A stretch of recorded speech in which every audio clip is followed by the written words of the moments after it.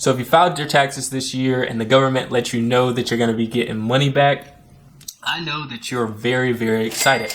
I just filed my taxes not too long ago and they let me know that I'm getting a refund back. So of course, it's a good amount of money. So I'm thinking about some things that I can do with this large amount of money.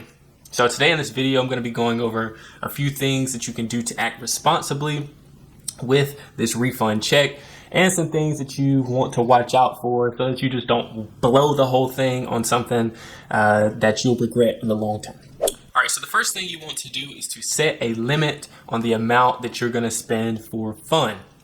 Right? Just write down the amount of money that you're going to take out of this refund check to have fun. That can be going on a vacation, taking a small trip, spending it on your children, whatever it may be. Write that number down.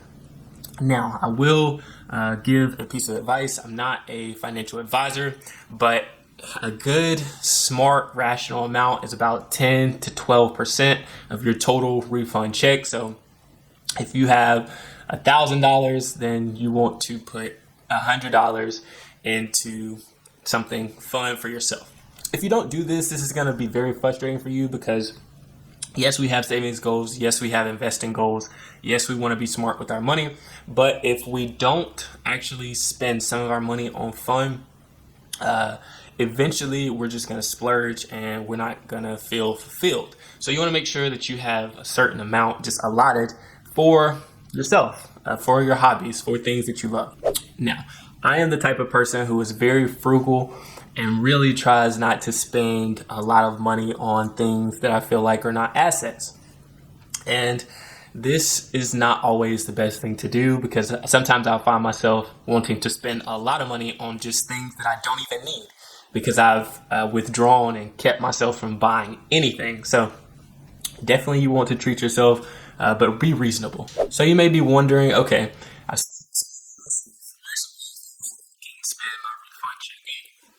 So the next thing that you definitely can target is your debt.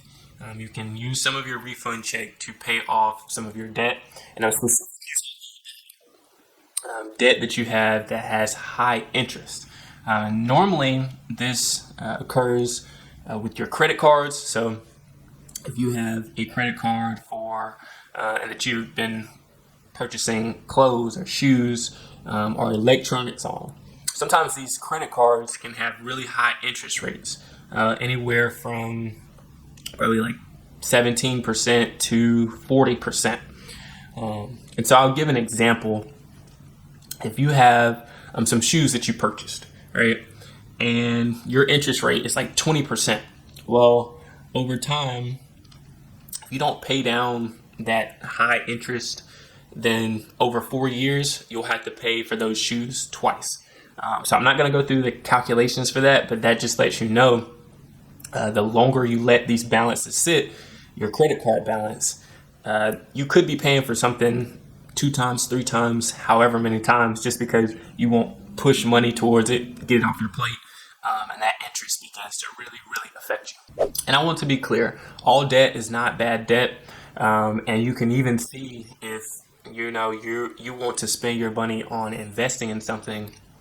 What is the difference in the amount of money that you'll make from your investments versus the amount of money that's being subtracted from your high interest credit cards? If you're finding value out of this video, please be sure to hit the like button, as it will let YouTube know that I'm creating some good content and that it's actually helpful, as well as hit that subscribe button and turn on the notifications so that you know exactly when I post. I will be continuously making content on budgeting, money management, finance, and some lifestyle hacks that will really help you grow each and every single day. So I do appreciate you all for your support and your help. The very last thing that I am a super fan of when it comes to budgeting and making sure your finances are in order, put money towards your emergency fund.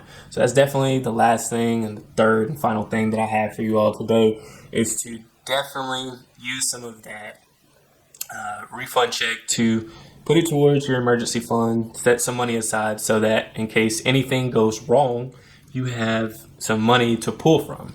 Now, they advise, or it's typical and financially smart to have at least 3 to 6 months of your monthly expenses saved up in an account called an emergency fund in order to have money to pull from just in case anything happens, like you lose your job, you have to get a new car, whatever it may be. Like, you just have some money set aside for any emergency.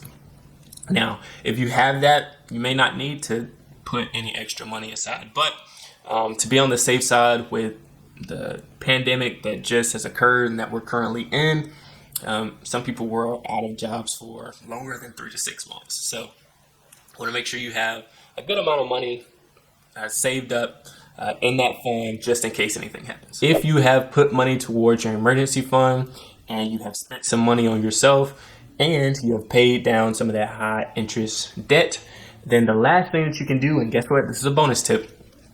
Last thing you can do is to join a one-on-one budgeting and mentorship program where I will work with you one-on-one to help you get your budget in order, to help you think of some ways to decrease your expenses, increase your income, and do things that will really turn your finances up a notch. So if this is something that you're interested in, I will leave the link to the mentorship program down in the description box below. Thank you all for watching this video. If you have any questions, be sure to leave them in the comment section or to DM me, whatever it may be. I check my DMs and I actually do respond, so just feel free.